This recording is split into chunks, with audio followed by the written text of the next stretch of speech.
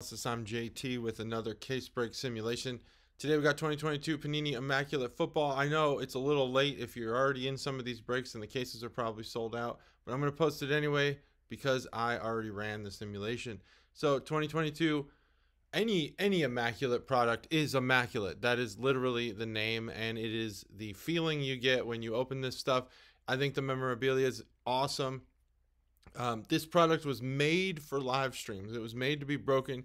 The reveal of the incredible patches, towels, gloves, awesome stuff. I mean, this product speaks for itself literally because its name is Immaculate. I don't mean to be a homer for this product, but I love it. I wish I could afford to buy my own case, but I can't. I will make a disclaimer. If you make a purchase based on advice I give you, I'm not responsible. I'm giving you advice and I would follow my own advice, but I just want you to know that I don't know what's in these cases. I'm simulating it, and that's just what it is. Now, Immaculate is an amazing product, obviously. You get 6 cards per pack, 1 pack per box, and 6 boxes per case. It's a very premium product, 163 card base set. There is a base set to this, unlike something like National Treasures, which I believe if it does have a base set is all autographed. This does have a non-autographed standard base set. So keep that in mind. You're going to get one of those per box, yes, and 5 autographs or memorabilia cards. They do not define which ones. So let's just run through what some of these cards look like. And they don't even include some of the absolute stellar hits, some of the, what some of you guys call, I don't know, whatever you guys call these mega hits, these fire, just astounding stuff. This is the base set. This is ultra collectible. I love this base set. It has remove the background from the image, so even if this was taken in a studio, you wouldn't know that, even though Trevor Lawrence is looking pretty clean there. And so Immaculate base set, you can collect it all, although I will tell you they are numbered to 75, I believe, so it will take you quite a while and you will have to spend a lot of money. These rookie patch autos are typically seen as one of the top tier rookie cards for each player. Obviously, you want to get in order of magnitude, probably the the rated rookie I was about to say is one of the top. The optic rated rookie, I think that's tops as far as, not tops, but it's one of the top rookie cards, but by appearance, by its own celebrity. Whereas Immaculate patch auto rookies, they're probably not going to be as recognizable. You see it from a distance. You could see a rated rookie Patrick Mahomes from a distance and say, yeah, that's a Patrick Mahomes rookie card. This, not so much, but it is one of the higher, more elevated rookie cards. And then here's one of the oversized versions of that with these big swatches that have patches in them. Usually 2-3 color patch autographs. Not a big fan of how small this is probably going to wind up being in the corner there, but that's okay. Also have, just a wild amount of different things. So this, it has a piece of this jersey, certain spots. It's going to have patches that are very colorful, very have a lot of shapes and patterns to them, but they also do things like gloves, and they're doing Gatorade towels, and they're doing the laces, the cleats, the hats, all kinds of stuff. They've brought back the numbers and letters, and the cool thing I like about this version of it is that they put this acetate cover over the top so that they're not signing the letter. It doesn't have that bleed over, or the ink doesn't fade over time. It's on acetate, so it's probably a little bit more permanent. I would still get that encased in like a UV protector, or send it in to get graded. But these are super cool. I like these. I don't know who did this first. Maybe Upper Deck with SP Authentic back in the early 2000s. But I love that look of the letter in there, and I do like this acetate over it more than I like them signing the letters. Obviously, it's Panini, so it wouldn't be Panini unless they watered down probably the coolest thing ever, which would be the 2 league logos. So the NFL shield, or the logo man in basketball. Eventually, by 2030, I'm guessing we're going to have somewhere in the tens of thousands of these one-of-one cards, and everyone in the world will have one. But right now they're still super rare, which is cool. This has got JJ and TJ Watt, which is nice, and it's always going to be 2 players, so this dual shield thing. And then here's another kind of milestone thing. So it has something they've achieved and their autograph. And that's Panini. Panini, at least that means something, this milestones. It has a receiving yards, but typically Panini makes insert cards that don't make a whole lot of sense. There's Hall of Famers in here. Obviously, Brett Favre. There's a lot of other people. But this product is all about the memorabilia. I like autographs, don't get me wrong. But I think this product does memorabilia better than anybody else. So here is the distribution of costs. One case on Steel City costs $7,749.95.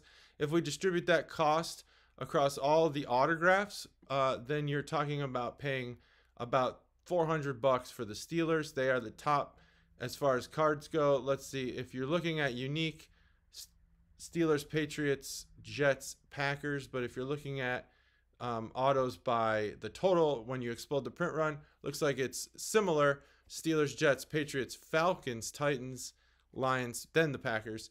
So there you have it. Never go by just what the unique number is. Always go by what, if you expand the print run out. And for this set, all the cards have a print run. There's no guesses here. That's what the honest number of cards is. And you pay about $400 for the Steelers and probably make a profit. I'm not guaranteeing it, but it's possible. And if we want to go off inserts, there's no inserts in this set.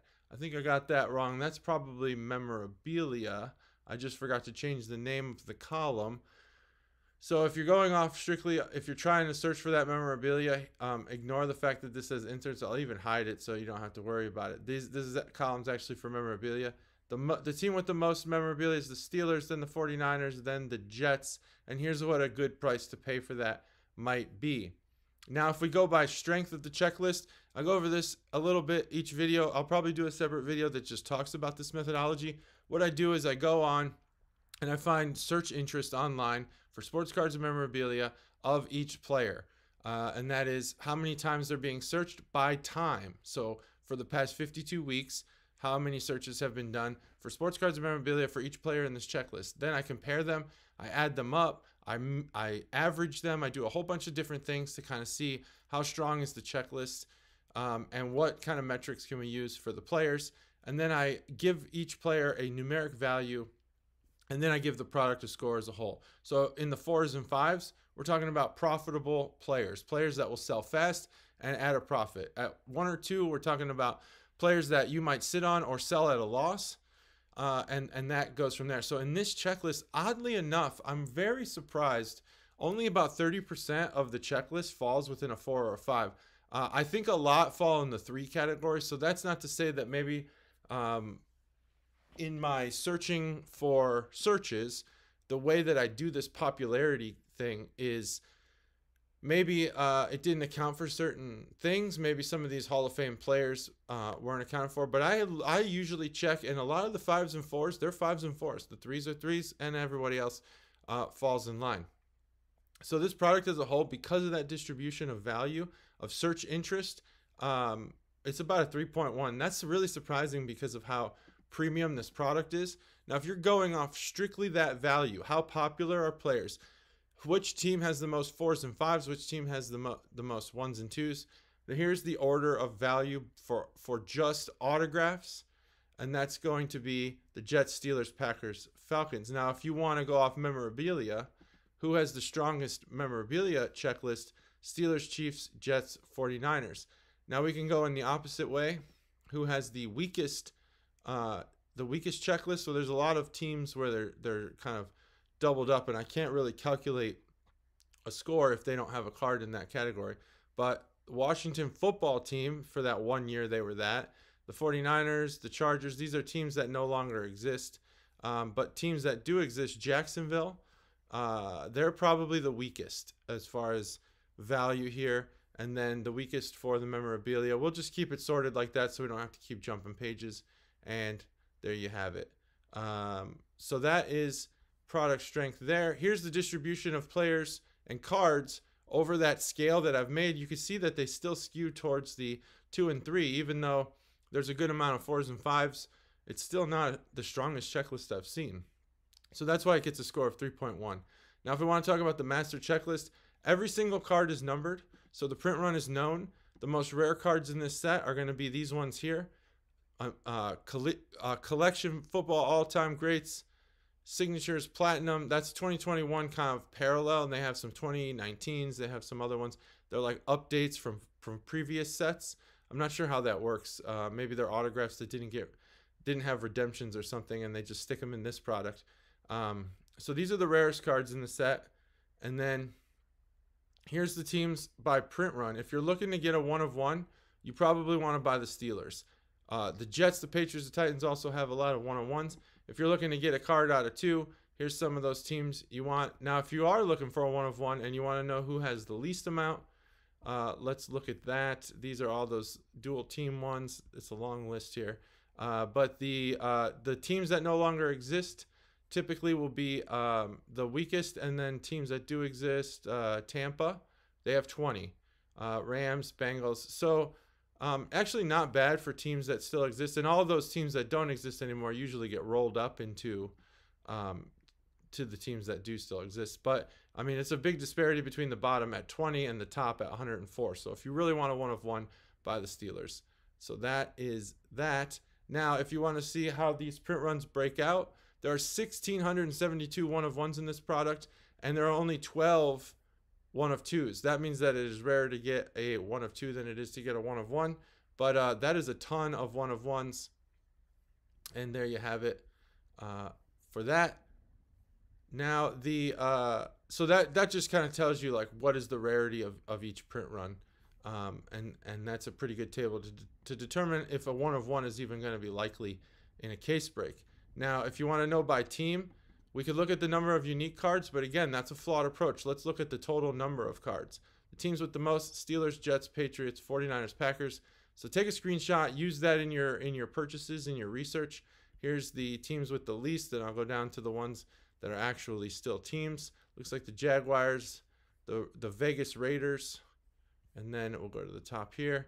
There's other teams with the least amount of cards. So see how these are all scattered around? That's because the team with the most unique cards doesn't always mean it's the team with the most cards, because the print runs are different. Might have just a ton of 1 of 1s. Now, I do simulate these case breaks. I take all of the cards, I explode out their print runs, and then I use the statistics that they say for pack odds or things like how many autos, memorabilia, and base cards you should get per case, and then I run some simulations.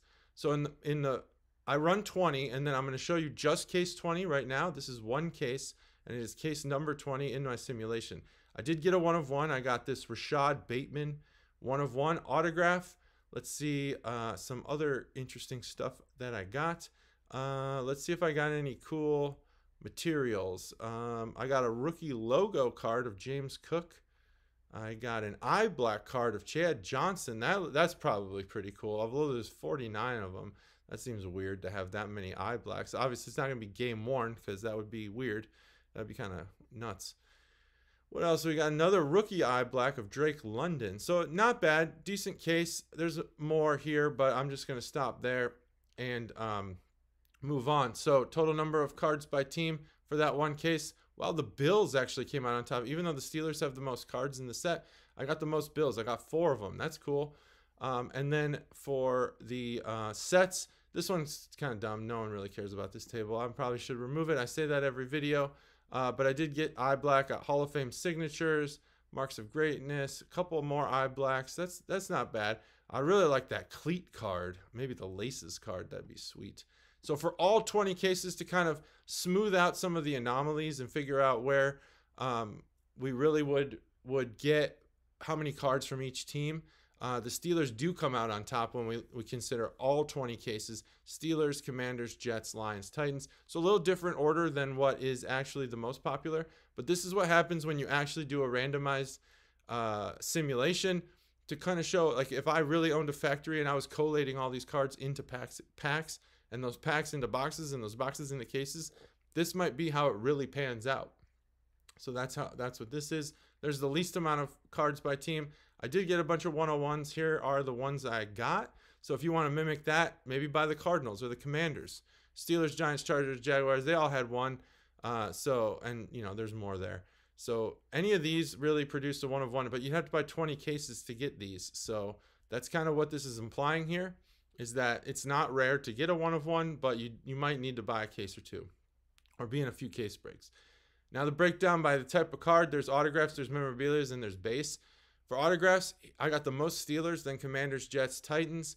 For memorabilia, I got the most, it looks like Steelers again, Steelers, Packers, 49ers. So here it is. Take your screenshots, use this to inform your purchase when you buy into a team break. And there's the least amount. So what's my overall kind of commentary on this? Well, this is Panini Immaculate is awesome. I love this product. I like it in every sport. I would buy it. I would buy into breaks. But by who you are, if you're just a casual collector, jump into the breaks. Try not to buy personals of this. You're going to spend $7,000, almost $8,000. You're going to get not that much out of the case. You might feel kind of the team breaks really help ease the cost, the burden of the cost, and that's really the point with these premium sets, is not to bear the burden yourself. If you're somebody who's obsessed with getting things graded, go for it. Buy your own case. Buy into breaks. Investors, same thing. Go all in. Set builders, avoid this product. You're never going to build this set. And if you do, then prove me wrong. Just don't buy it. Team breaks, yes, do that. Random breaks, yes, do that. The only time I say don't do a random break is when you have a product that has really crappy teams, like something like Don Russ.